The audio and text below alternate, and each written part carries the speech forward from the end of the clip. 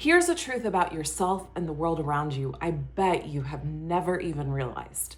That if you don't see yourself in history, then you're not going to feel like you belong, like you have a seat at the table, like you can understand the world because you don't see yourself in the past of the world. So, what do we do? How do we start to correct this? Well, that's exactly what we talk about here on Deconstructing Patriarchy, and today specifically. So, buckle up, Buttercup. We are talking to Lissa Reinhardt, who writes The Female Body Politic over on Substack. I interviewed her back in June, and I'm putting it here for you YouTubers to see. She has a forthcoming book about Jeannette Rankin, who is the first female politician in our history of America that got elected into the Senate. She writes the stories, the big, messy, meaty stories of these women, and she puts women back into history, little h history, so that we get to see ourselves in history. And that's what we have to do. That's what we're talking about on Deconstructing Patriarchy. If you don't understand the difference between little h history, which is all of the events of the past, and big H history, that is just the history that we've been told from a very narrow perspective, then please go watch this video here where I talk more about that. If you're new to Deconstructing Patriarchy, welcome. You are in the right place. If you feel broken, burned out, and just frustrated that life is so difficult, and you don't feel like you understand why that is, and you feel like it's yourself, and you keep trying to fix it, then you're in the right place. This is where we start to peel back the layers of power and manipulation and control and see beneath them, to see how the story was constructed so that we feel broken, so that we feel burnt out, so that we feel frustrated that we're not able to obtain the life that they've promised, and where we feel like we're not normal because we don't fit into this narrowly defined itty bitty box of what normal is. If you like this type of material and you want more of it, please hit that subscribe button and please hit the like, because the almighty algorithm is really based on those two activities from you. So if you want to see more of this type of material, please do those things. And if you want to go deeper with any of this material, make sure that you look below in the resource section for my free newsletter. For signing up, I'm going to give you my 3 top simple activities you can do today to start deconstructing patriarchy in your own world, in your inner world, and your outer world. Without further ado, let's talk about erased histories of women and politics in the US. Let's talk about how we got the first women into Senate, and stick with me until the end where we're going to talk about my burning question to Larissa. Can we actually truly get equality within a system that was never made for us? Is there a way to do that? Deconstructing Patriarchy, where we have the beautiful, talented, and so intelligent Lissa Reinhardt. I almost said a female body politic first, and that is her Substack that she writes. I found your Substack. I was trying to remember. I started writing in September, so I think I found it in probably October and have just been hooked on your writing style, your technique, the way that you make things so alive and engaging. For people that don't know, Larissa writes The Female Body Politic, which is exploring 250 years of women engaged in politics. But I wanted to add, your writing is also engaging women in their history, which is history that we don't know. So if people have been watching my season, I name history, big H history is the history we've been taught, where little h history is all of the past that's not also often included, which is what you're doing. You're including more of that unrecorded past into this modern day and age. And it's just been so helpful in my own work to be able to see somebody doing what I'm preaching, which is rewriting those histories of women from the past that we're not seeing so we can have a different future. And she's also writing this amazing book called, I have to write it, like, look at it, The Art. No, that was one of your posts. Winning the Earthquake, How Jeannette Rankin Defied All the Odds to Become the First Woman in Congress, which Jeannette Rankin, you brought Jeannette Rankin to my attention. And then when I was putting some of my own videos together, I realized she was in some of the scripts that I'd already done. So that was another cool little thing that we got to I got to collaborate with you on, which you didn't even know we were doing. So that was really awesome. All right, my dear. So just to get started, I really like to bring in the somatic work to help people just really settle in for this next 40, 55 minutes that we have together. So I like to invite people just to do a little body check-in. So if you want to close your eyes and just kind of put your hands somewhere on your body that feels right for you. There's no right or wrong about this. And just naming, you can name it out loud, you can name it in the chat, you can just name it to yourself, what sensation your body is feeling. We're not getting into most the deep feelings, but more of the sensation of the body feel. So for me, I'll go as an example. I noticed I was feeling a little nervous, and so my heart felt a little tight, my chest felt a little tight, and as soon as I put my hands on my chest and remembered to breathe, that I felt better.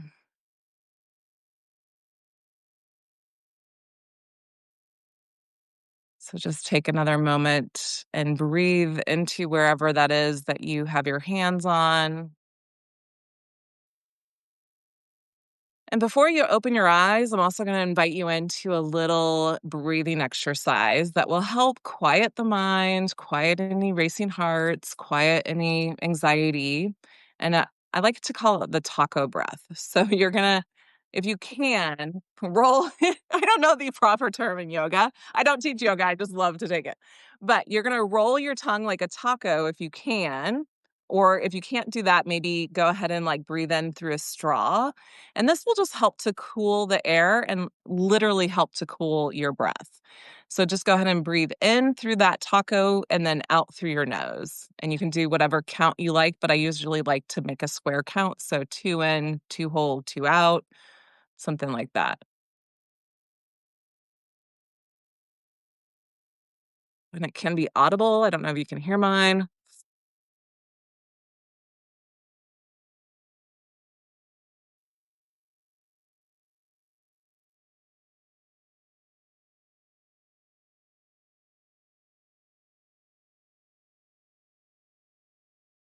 Let me do 2 more wherever you're at.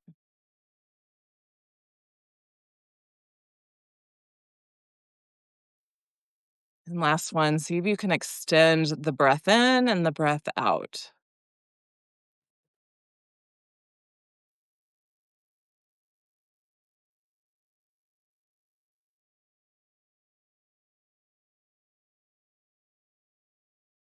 Awesome. So before you open your eyes, I always invite people to recenter into their own bodies.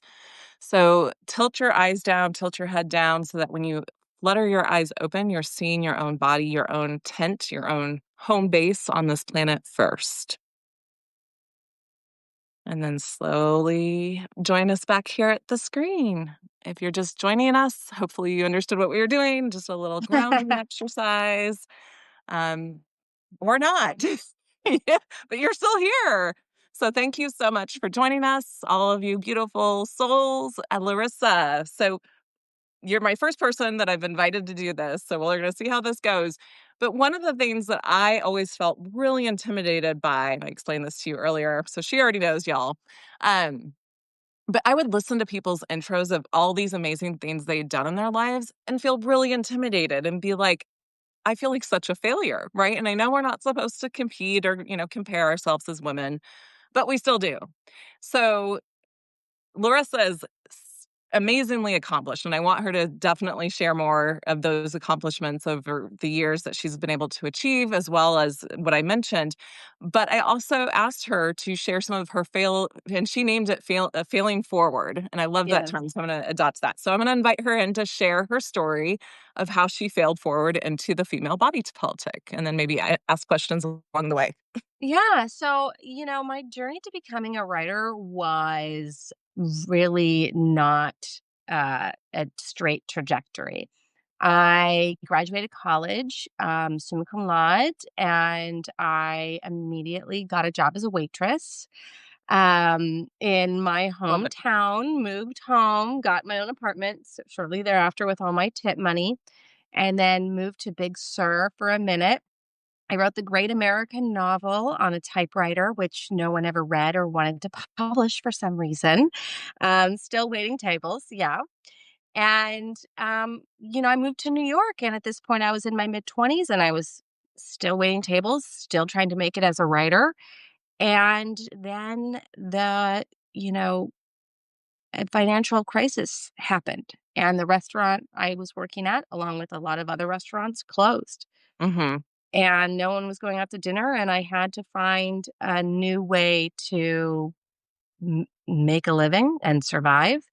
And I transitioned into grant writing for nonprofits. And so I continued to write, and I happened to work in the arts, which was a really sexy, fun thing to do in New York City, but it was never my passion. Okay. And I never, when you find your passion and your purpose, I experience this where I just wake up in the morning and the first thing I do is just get to work. Like, I Mhm. don't want to shower, I don't want to eat, I don't want to do anything but do my passion and purpose. And that's not something I found in the art world. It was fun, and I had a lot of Mhm. friends, had a lot of fun, but it wasn't like, you know, getting me out of bed every day. And I was actually getting kind of depressed because I felt like I was supposed to be doing more and that I wasn't finding my meaning in life, but I was doing well enough. And then uh, Trump got elected in 2016, and I realized it was sort of my memento mori moment where I realized that we're all going to die, and we might die sooner than we would like. Um, and that if I was going to fulfill my passion and purpose in life, then I had to at least start.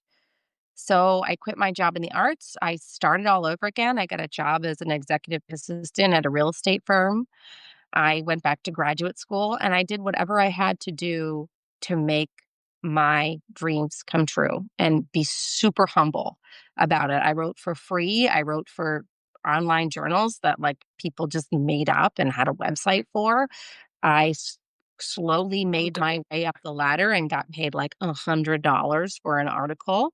Ooh. And all the while going to graduate school, working full time, um, just doing side projects as well, but just writing every day, beginning every day with writing. And eventually I finished my graduate degree and wrote an article that piqued the interest of an agent. And he contacted me and said, "Would you like to write a book about this?" And I said, "Of course." And that ended up being my first book, First to the Front, the untold story of trailblazing female war correspondent Dickie Chappelle.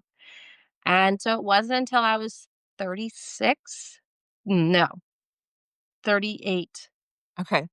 no, 30, let's see, I must have been 37. 37, I got my first book deal. Awesome. And then 40, my first book was published. But it was a long and winding road to get here, Yeah. but at the same time, it was the right path for me. And I would also just wanna go back to your original comment, Holly, of, when we look at other people and women in particular, and we feel like we haven't achieved as much as we would like to, women and all people, but I'm speaking to women and female identifying folks, we have our own timelines. Mhm. And we have to be okay with that. Like you mentioned my book, Jeannette Rankin, Winning the Earthquake, the biography of Jeannette Rankin. She didn't get her start at all until she was 28. There Nice. are so many examples of women who, because they're caregivers to their siblings or Mhm. children or parents or whatever, that they don't get their start until later in life, or they don't have the resources to find their passion and purpose, or they're not encouraged to do so, as we have all experienced. So, yeah, it is difficult to look at folks and say, "Oh my gosh, they're so accomplished. It must be something in me that's not, you know, Right. successful." But it's not. We're all on our own journey. We all have our own timeline. Yeah. So, a couple clarifications. You came out of college right away knowing you wanted to be a writer. That was your main goal. What was your degree, your master's in, and then your graduate degree, and how did you know you wanted to write about history? Did that come earlier than that? Well, so my degrees were I double majored in literature and politics. So Okay. that sort of dovetails perfectly with my work. Yep. And I also did a lot of international peace work and development work in high school and college. I spent my summers volunteering in India and Thailand or raising money or just speaking about the issues I was passionate about, particularly child labor and women's rights. And, but, I lived a really sheltered life. to a large degree in college and high school. That's not to say I didn't have my trials and tribulations, but um, w- I got enrolled in the School of Hard Knocks once I graduated high school, or rather college, Mhm. and some things really shook me to my core. And I talk about it in my TEDx talk. If anyone wants to check that out, it's called "The Importance of Studying Women's History." In regard to when I discovered that history, that I wanted to rewrite women's history, this again is the subject of my TEDx talk. I didn't really get that until I was in my 30s, before I went to graduate school. And Okay. what happened was I was, you know, depressed. I was drinking too much. I would wake up every morning just not wanting to get out of bed. And did not know. I felt like you, Holly, how you said, like, I just felt like a failure. And I didn't know where to look for examples of how to succeed and Mhm. how to become my full and best self.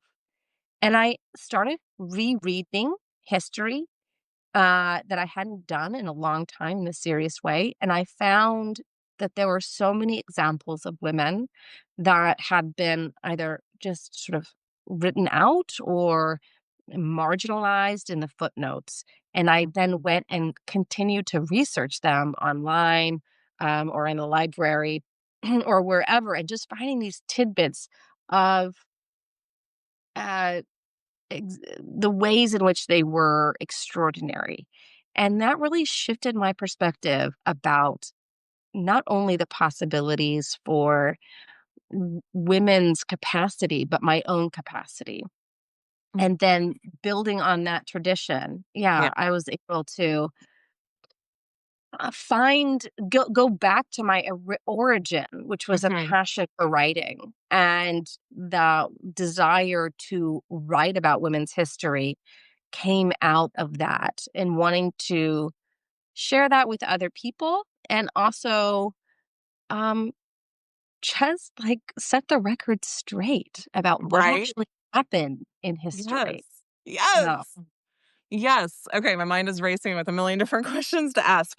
I have to back up a little bit because you said something that was so interesting to me. So you went to India and where else to do child Thailand. labor? Thailand. Yeah, yeah. As a youth, like, I mean, the only way I'm familiar with people doing things like that was through the Christian church. So how did you get turned on to that? Because that seems like a real key to your development into later life. Oh, yeah, absolutely. So I was secular, which is not religious, right? Right, right, um, right. Yeah, yeah. pretty much. So it's this organization that still exists. It's called Free the Children. And I got introduced to them through my favorite history teacher, who I wrote and thanked for, sort of setting me on this trajectory in life, Mhm. in his own way. And so they're not religious, they're just really youth based activism. And yeah, they have an amazing program where they, I don't know anymore. I haven't kept up with them, but at the time, their motto was have uh, kids, youth in America and Canada, they're based in Canada for the most part, raise the funds to build schools for communities in developing nations. I love Then that. you get, yeah, then you give the funds to those communities, no strings attached. They don't dictate the curriculum, say how, who can go. Well, girls had to go, but like, Okay. there had to be no restrictions on who went. And yeah, and just sort of let it go from there. Now to give kids like me, at the time, a sense of purpose and belonging and incentive. Mhm. They would do trips where we would go and help build the schools or volunteer at the schools, but purely in just a volunteer Volunteer. Yeah. capacity. So I remember two stories. I We were in, I don't remember, it was, like, in rural Kerala, which is a province in India or state in India, and there was a school site, and our job was to physically carry the bricks that they had made in a kiln and put them where they went. And, it was like, we're these, super privileged, largely white, not all of ourselves as rather competent. And then we look at these folks who are building this school, who have made the bricks, who are carrying the bricks, who know how to build a school, who know how to do, any number of things that we have no idea how to do. And it really changed my perspective on what knowledge is and can be. So there is that story. And then another story that really affected me was when I was in Thailand, in Bangkok. We're another school that we didn't build the structure because the structure already existed, but we helped purchase it and pay for the teachers. And I just remember sitting, I was like the teacher's aide, and I was there to teach English, and I was so worthless. But they were very nice to have me in the classroom. But I would just sit there all day, and not all day, but for several hours during their school day. And these kids like went through hell and back to get to school, and then their school was, on one of the many waterways of Bangkok, which was just flooded with trash. And, they were so attentive and so happy to be there. And I know this is like just such a classic, whatever, like white people having a revelation story, but it really changed my perspective on again, like the value of knowledge and who values knowledge and why that's important, and the way that we look at people that we view as quote unquote uneducated, and how so often it is they who have a much higher value of knowledge and information than we do in our privileged positions. Right. Well, and to tie that back into both of our work, who is also the gatekeeper of that knowledge to keep Absolutely. them out of their own history, their own education that could even further their knowledge to better their lives and better the world, right? So, what a beautiful, as someone that's still, I call myself a spiritual atheist, meaning I understand the importance of spirituality, but I don't practice anything in particular. But I think it's so important that we do these social programs to connect with our local communities and the World Wide Web, the worldwide Say that. international scene. Yeah, the web. Um, because it is like we are such social creatures. So I love that you had that growing up and had that connection. And would you say that was really what sparked your interest in women's issues and women and patriarchy and feminism? That really sparked my interest in social justice work. Social. Interrupting this broadcast to ask you to do something very special. If you like this content, then please hit that like button and please hit that subscribe button so the almighty algorithm can bring us to more people. Yes, I'm asking you to be evangelical in a whole new way, but we need to build the community that's going to change the world, and the only way we can do that is with your help to spread the word, the good news. Back to our regular scheduled program. But what really sparked my interest in patriarchy and women's issues was my own experience, with sexual harassment and sexual assault and sexual, just like being groped all the time as a waitress, Ugh. and, and just being dismissed as a woman, and then seeing that being done to so many other women in a way that is both systematic and organic. Um, Mhm. and just insidiously invisible until you see it, and then you can't unsee it. Yeah.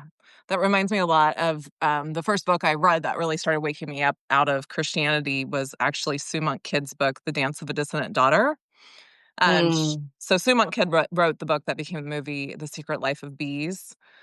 So a lot of people know her through that, but she was a devout Southern Baptist, which Southern Baptists tend to be.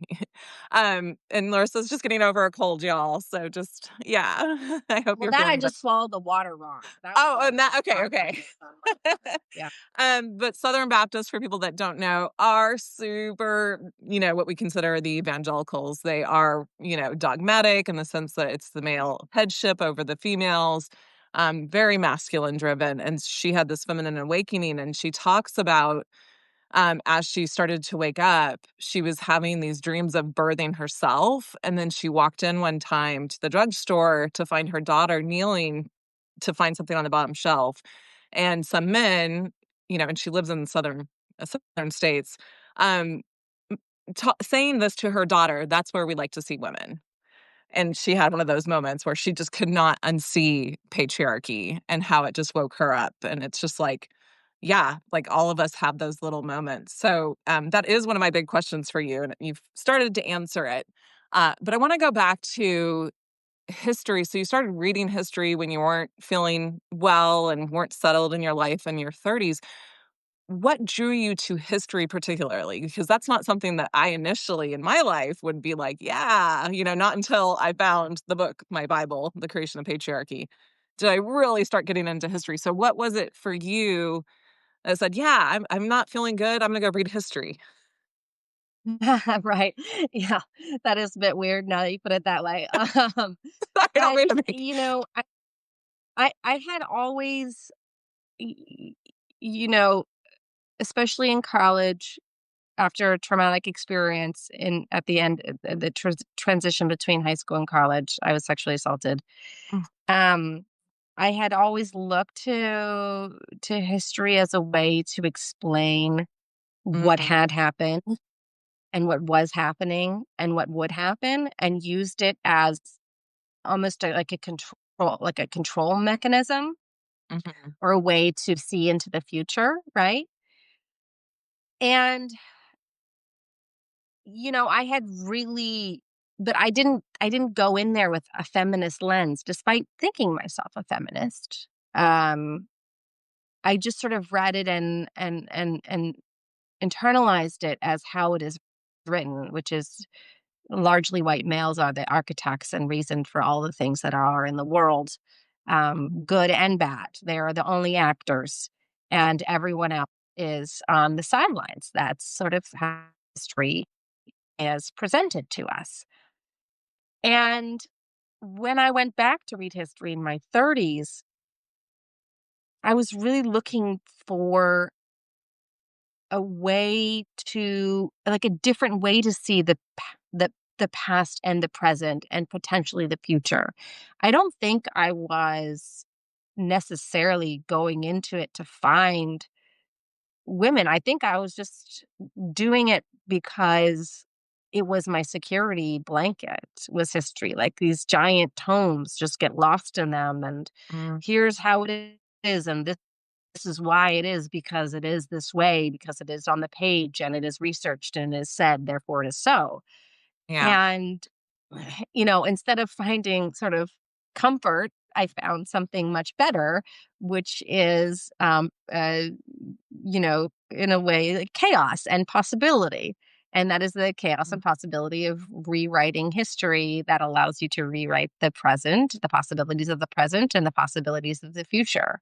yeah, So, yeah, it all sort of just came together organically. And again, going back to our own individual journeys, right? I had to have all these experiences to develop this lens to find this particular way of writing and being in the world. And I do just want to say, you know, one of the things, and I'm so glad you like my writing, it's really meaningful to me because one of the things that women's history lacks, I find, and this is no insult to women's historians, but one thing that we're not often afforded is the hero's journey.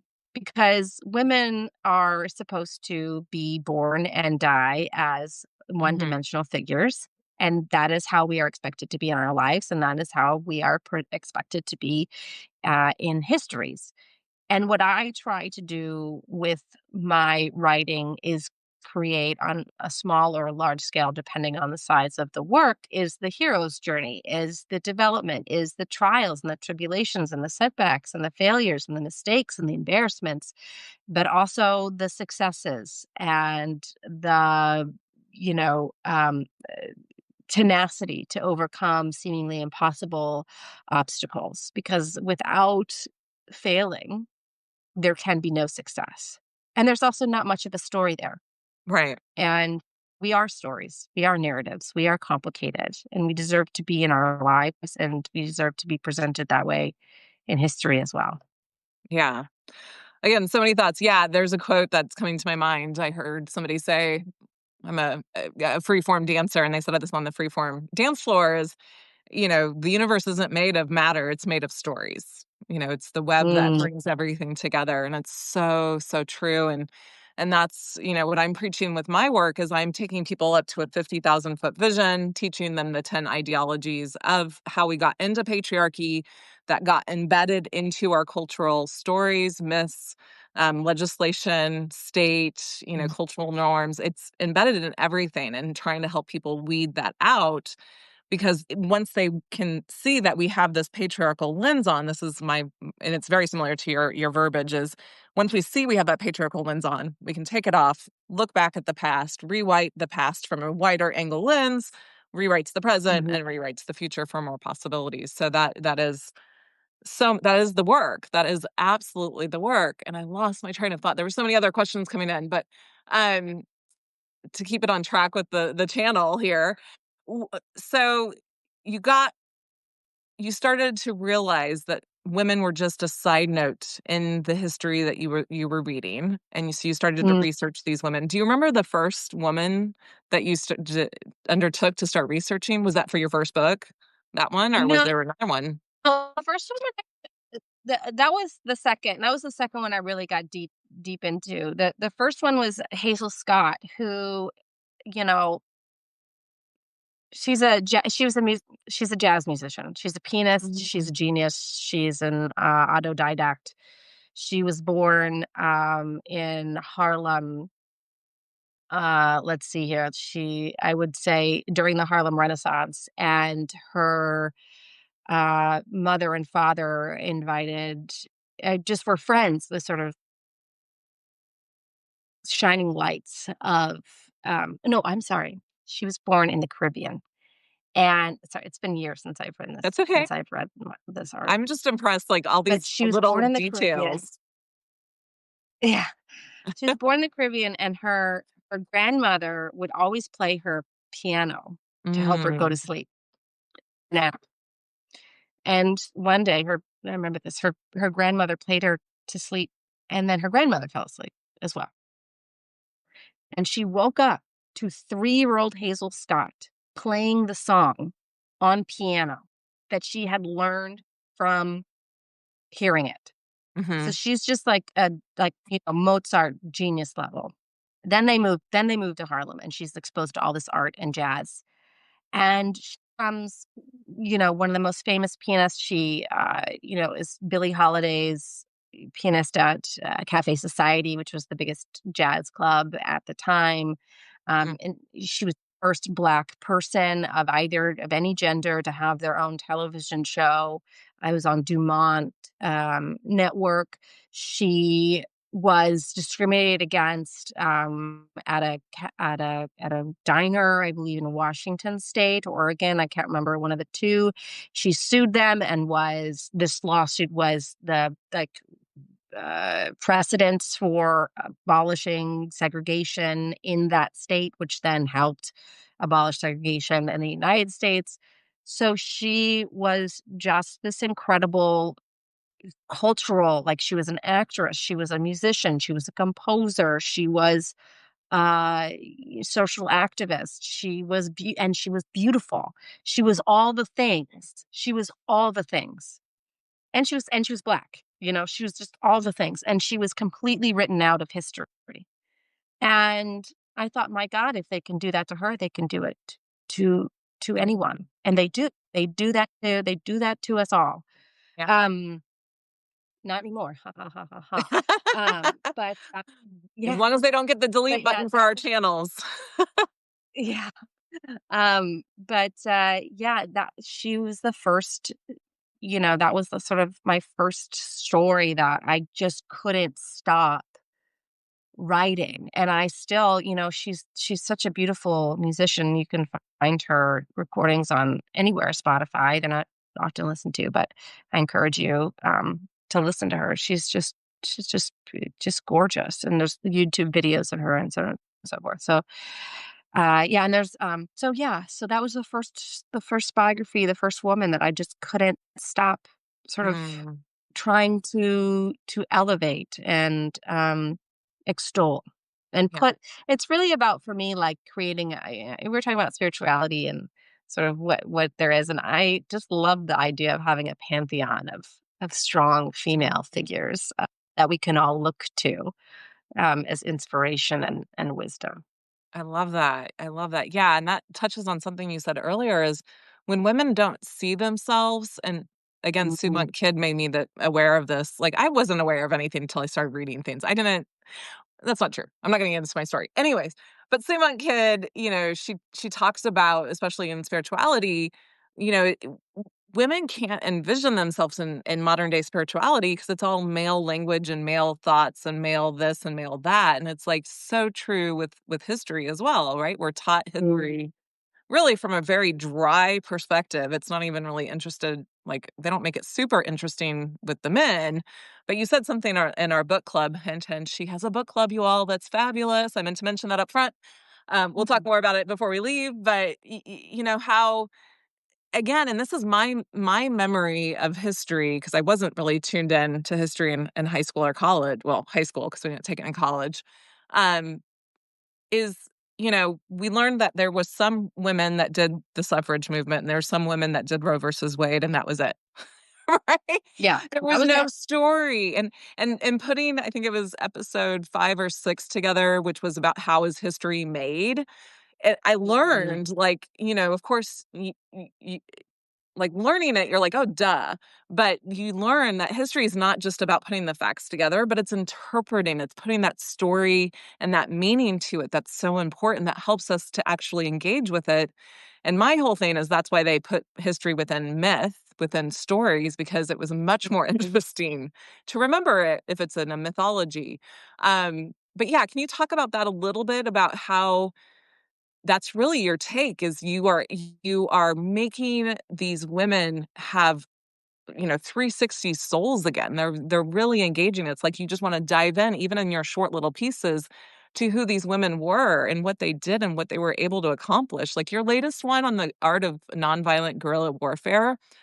I have to admit, it really like I really was impressed, but it also made my anxiety go through the roof because it was so visceral of what these women were willing to go through to get Yeah. their rights. If you like this content, go ahead and hit that like button and that subscribe button so the almighty algorithm takes us to more people. And please leave me a comment so I know I'm not alone. If you feel like you need to go deeper with any of this material, look in the resource section for my free newsletter that also has the first 3 steps you can take today. They are easy and actionable to start deconstructing patriarchy on your own terms. Back to our regular scheduled program. Anyway, so I lost my train of thought on what that question was, but Well, maybe but we were talking about how we understand who we are, right? This is yeah, the two great ontologies available to us are religion and history, and it's no wonder that they are often woven together in myth.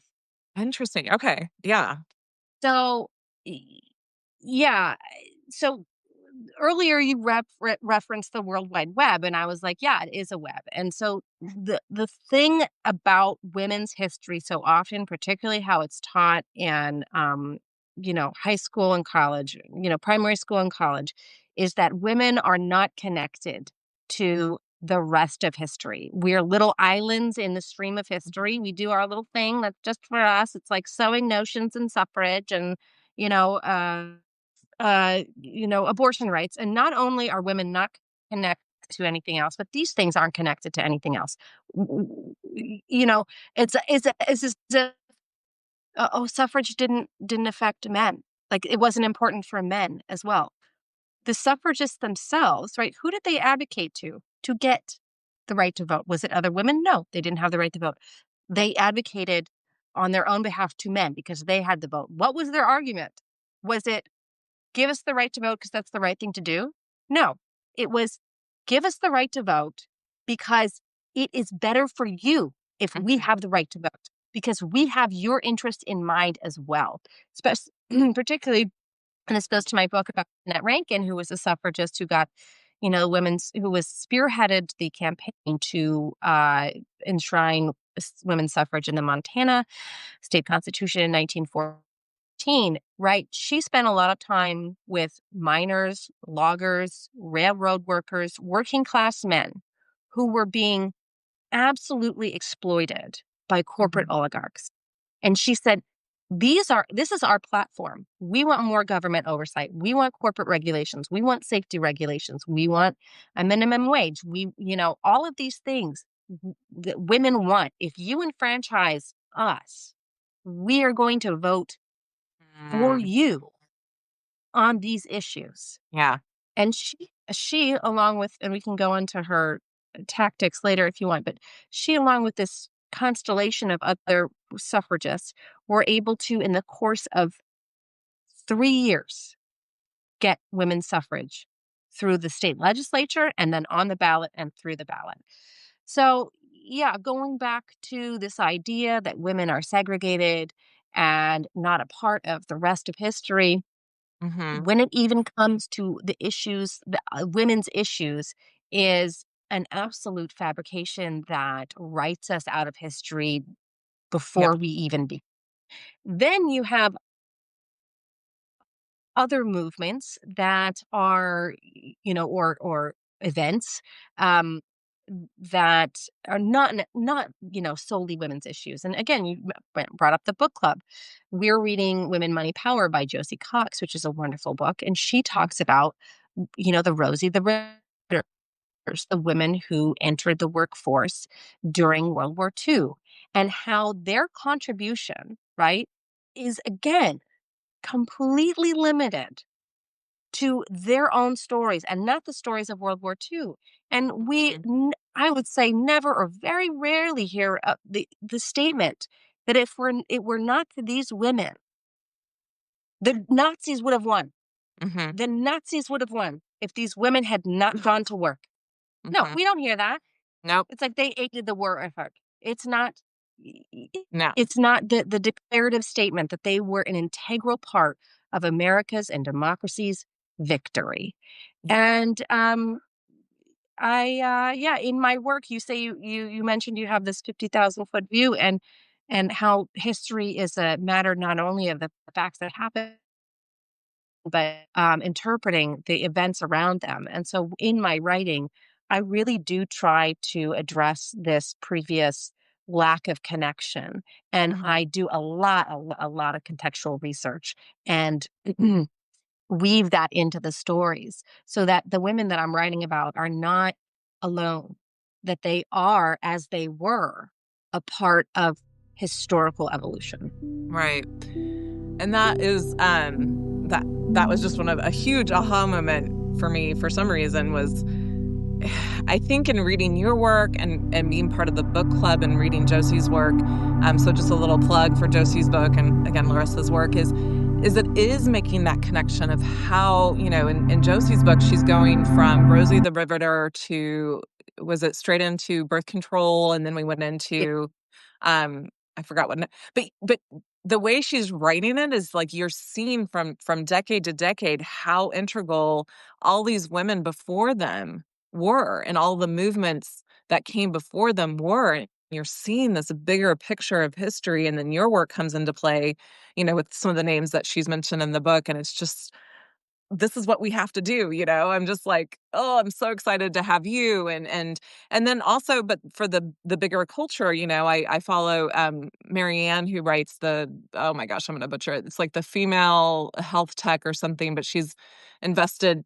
helping people invest in female early technology for health because, so yeah, because patriarchy, which, I learned this when I read this 15 years ago, sets men up as the norm, and that goes across every single aspect of our society. So men have become the norm, even in our psychology and health industry, and then women become the deviant, right? Anything that's not that elite male becomes the deviant. And so that trickles into our workforce, which is Bonnie's work, right? And then Marianne's work. And yeah, so you see where all of these pieces trickle in. And it's like when I was reading Josie's work, I was like, oh, Marianne, you've got to read this piece of work because it's going to add to your work. And that's what women do, right? We are, the studies, I don't remember, it was you I was listening to or Josie or somebody, but they're like, when women are put in positions of leadership, we tend to bring more collaboration, Mhm. cooperation, networking, and inclusivity, which makes better teams, it makes better businesses, it makes better communities. And this idea that Jeannette Rankin ran on, we're going to help the disenfranchised men as well. Like, Yeah. wow, how can we? This isn't a question on my list, but how can we fast forward that, I think, to a real, top, like hot issue that I've been talking about lately, which is male loneliness, right? And how women are getting blamed for male loneliness because women get blamed for everything. And I just released the interview I did with Daniel, and I titled it kind of based off of one of your titles, which men's work is a key to our feminist future. Like, we can't be Yeah. shaming men out of doing the work that they need to do to understand patriarchy because it is part of us. So I think my question here is, how can we invite men into this exploration of this wider angle lens of history, of learning what women do to benefit them in history as well? Have you found any keys to that? Well, okay, so I'm super heteronormative. Like, I'm married to a man who's a straight white man, and I have two sons who I'm too little. They're too little for me to know, but they're boys. They're little boys. Um, and so I, how do I say? I love inviting men into this work. And I have so many male allies and friends. And it is a joy to have that perspective when that perspective is not laden with patriarchal crap. Right. Um, To say it and nicely. yeah, to say it nicely. But in terms of how to do that, it's a two-way street. And I think what is successful for me in dialoguing with men about this is that they are initially curious and they're initially open Mhm. to that. And then it just becomes a conversation or a discussion about things that are just basically interesting. And I would say that one thing I try not to do is blame someone for their ignorance. Mhm. Uh, I think a lot about, and I'm going to paraphrase it, but James Baldwin said, "We can disagree and be friends, but if you can't, you know, acknowledge that I am a human with all the rights and that you have, then we can't, be in conversation with one another." So, but just being open to conversation and dialogue, and not excluding anyone in the same way that we would not like to be excluded. However, it's okay for women just to focus on themselves and their histories and their ideas and create Yeah. female-centered communities as well, just as men have done Yeah. for a long time. I don't really have a great answer to your question. I think it's a really complex question, and I think I'm incredibly privileged in that I'm just surrounded by awesome guys. Yeah. Um, and that, like, whenever I am confronted by super machismo, patriarchal MAGA guys, I'm like, get away from me. So, but I think I however, I think there's a middle ground, and, um, it's up to us to find it and Yeah. be welcoming. Um, but I I guess just going back to the example of suffragists, like finding common cause might be Hmm. the best way Yeah. to create initial. Did you know that I'm actually available to do coaching? Now, it's not your typical life coaching. I actually am certified. I did an intensive 21-day program and have coupled it with nonverbal body language coaching, somatic coaching, and just a lot of life experiences. So if you feel like you need help to take this material deeper and to actually maybe make that first step or the second or third or fourth step in your deconstructing patriarchy journey, then please reach out and schedule a session with me. I would be happy to help you and to walk alongside you as a big sister or as a equal, whatever you need me as. You get to tell me. In common cause. Connection. Yeah, exactly. And that's exactly, you know, where I land is, women have every single right in the book to have their own spaces right now, to be creating their own consciousness and being angry and frustrated and rageful. And Yeah.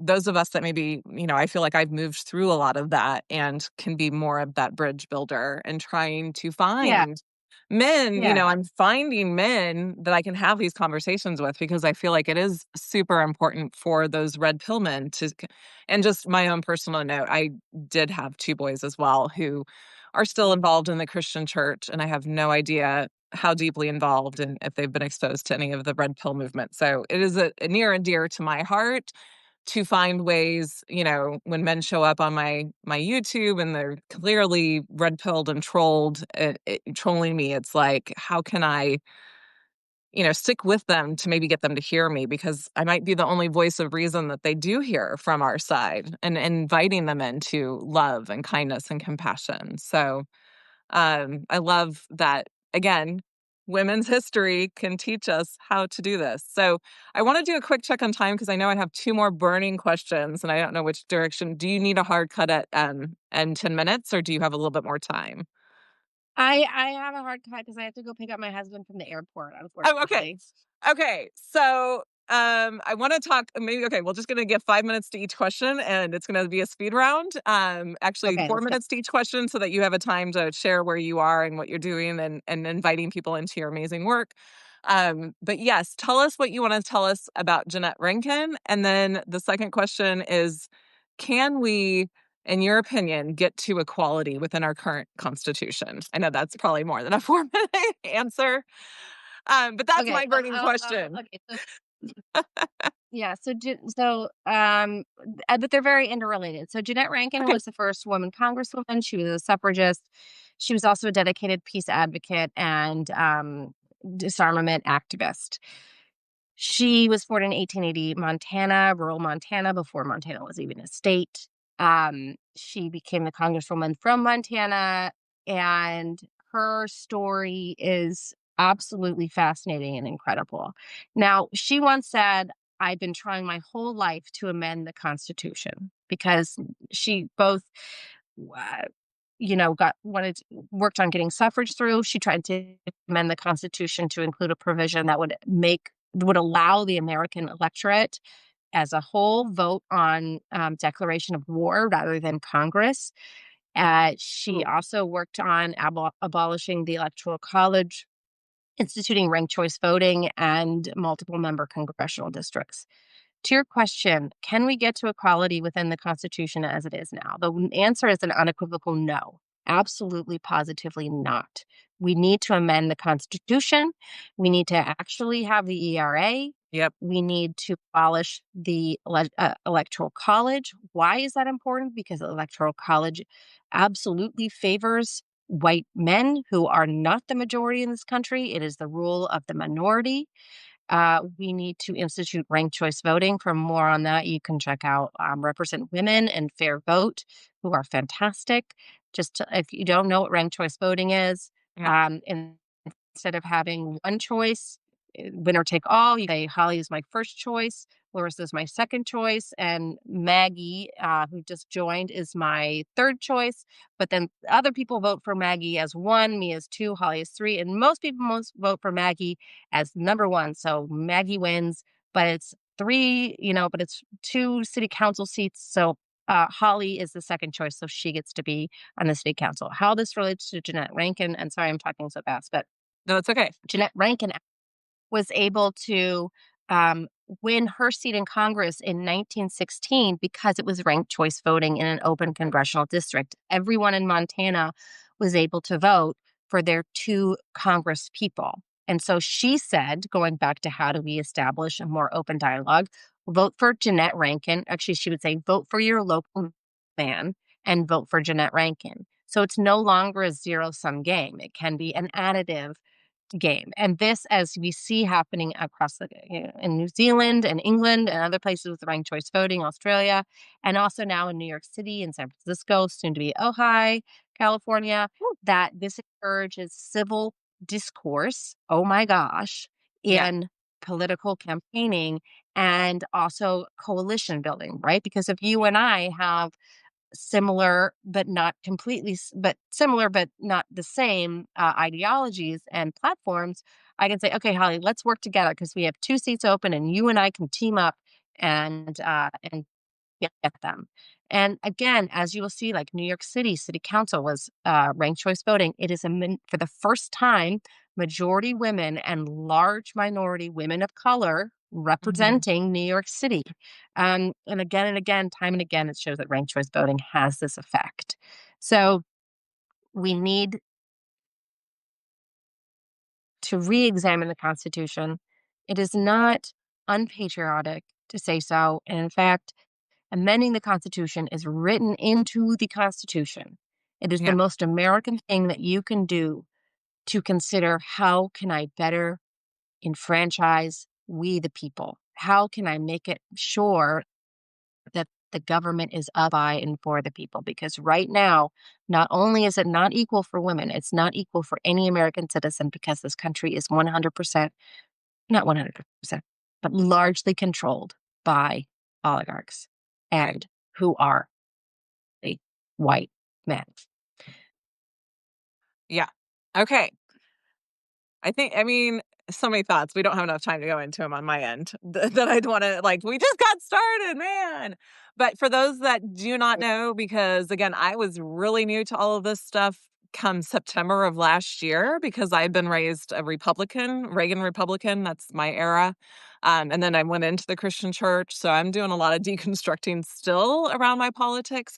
ERA stands for Equal Rights Amendment, which is, I Mm. mean, I thought it was a recent attempt, but really it started back in the 1919, right? With the suffragist movement.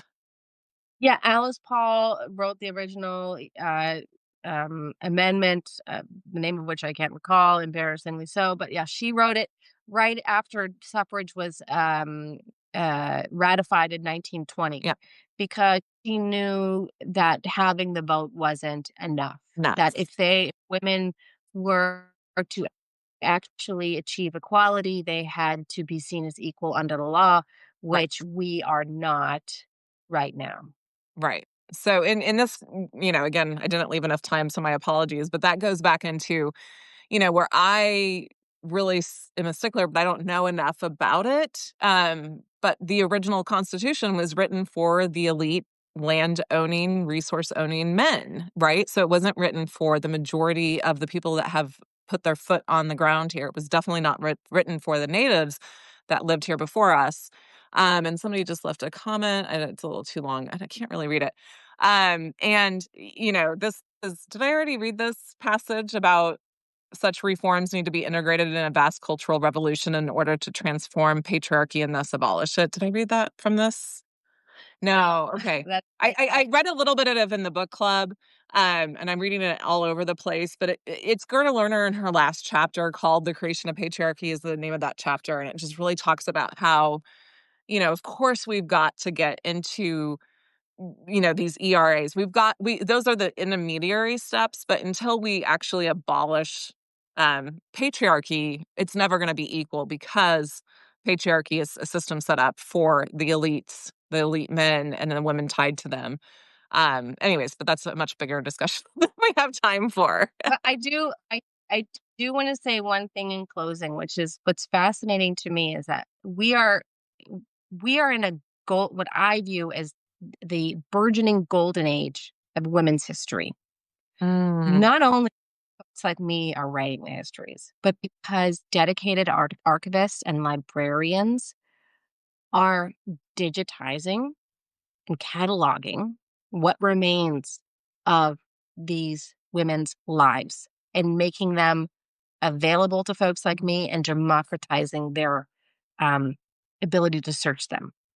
yeah, And Orwell, of course, famously says, "Who controls the past controls the future." We are seeing in real time a battle over who controls the past. Is it going to be the people, all the people, not just women, but LGBTQ plus folks, yep, Black people, people of color, Native people? All these histories are starting to come out. And at the yep, same time, we see the administration trying to literally erase these histories, yep, erase them. And it is a battle over the past because it is a battle over the future. yep, And I believe that fundamentally it's too late. We're already winning and we're going to keep winning. It's just a matter of time and a matter of persistence. yeah, But she persists nevertheless. So there we go. yeah. And that is exactly what I keep having to remind myself and other people is that to me, having come out of an abusive, toxic marriage, I know that the last ditch effort from an abuser is, they throw everything at you, trying to get you to stay, trying to get you back into the honeymoon stage, which they're not really doing with us right now by taking all of our rights away again. But they try to throw That's the male honeymoon. I'm sorry? That's the male honeymoon stage. Oh, true, true. I didn't That's even think who about they're it like that. Yeah, they're trying to induce the men into the honeymoon stage again, trying to remind them of how good they have it under patriarchy. But patriarchy, that means that it's actually on its way out. It is dying. And I'll say one other thing to plug Gerda Lerner in connection with you is just what you were saying is she set out to write her second book of this series as her first book, The Creation of a Feminine Consciousness.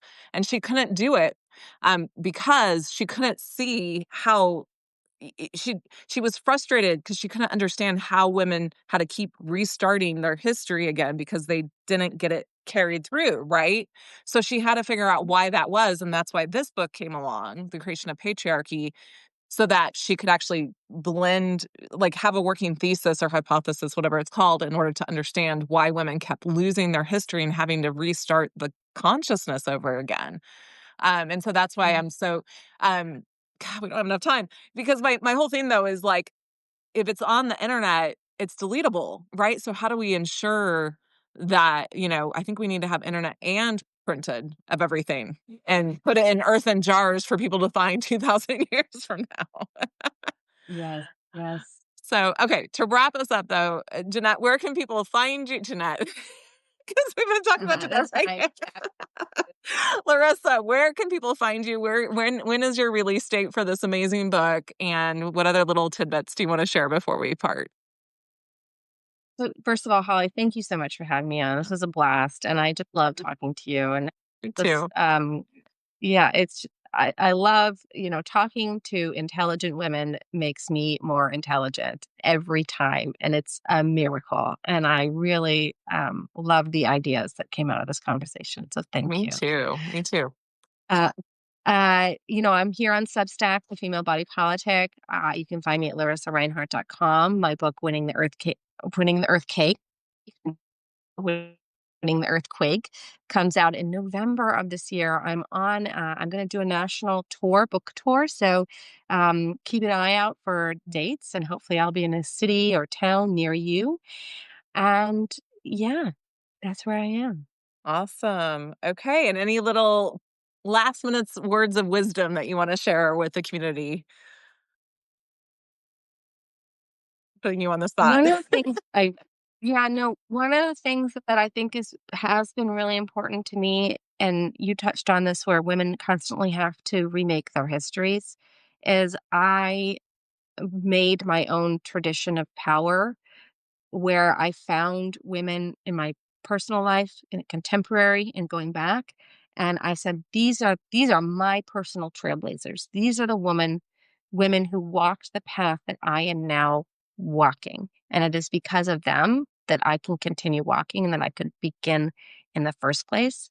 And whenever I sort of lose my way or feel hopeless or scared or just need some strength and wisdom, I go back to them Mhm. for inspiration and knowledge and strength.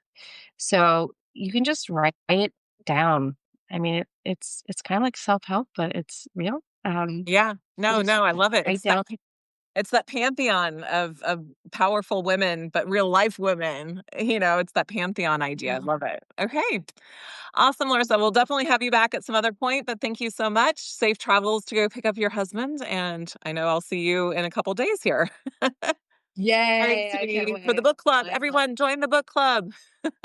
Oh my gosh, what did you think? There was so much more I wanted to ask Larissa. We're definitely gonna have to have her on again. Please leave me your thoughts. What did you learn from this conversation, whether it be about Jeannette Rankin, women in history, about your own journey? What was your big aha moment? Leave that down below.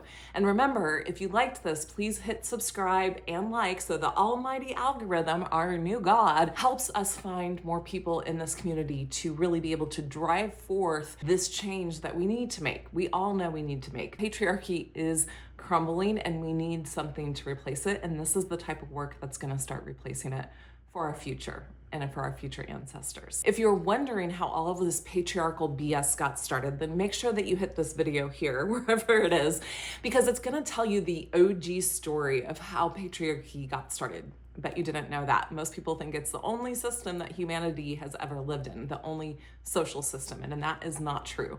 So hit that video, make sure that you watch it. And just so you know, that's just the first of many videos in a series that's all about how patriarchy and the story it tells got woven in deeply into the roots of our history, our myth, our religions, our politics, everything. Watch those videos and let me know what you think. We'll see you next time.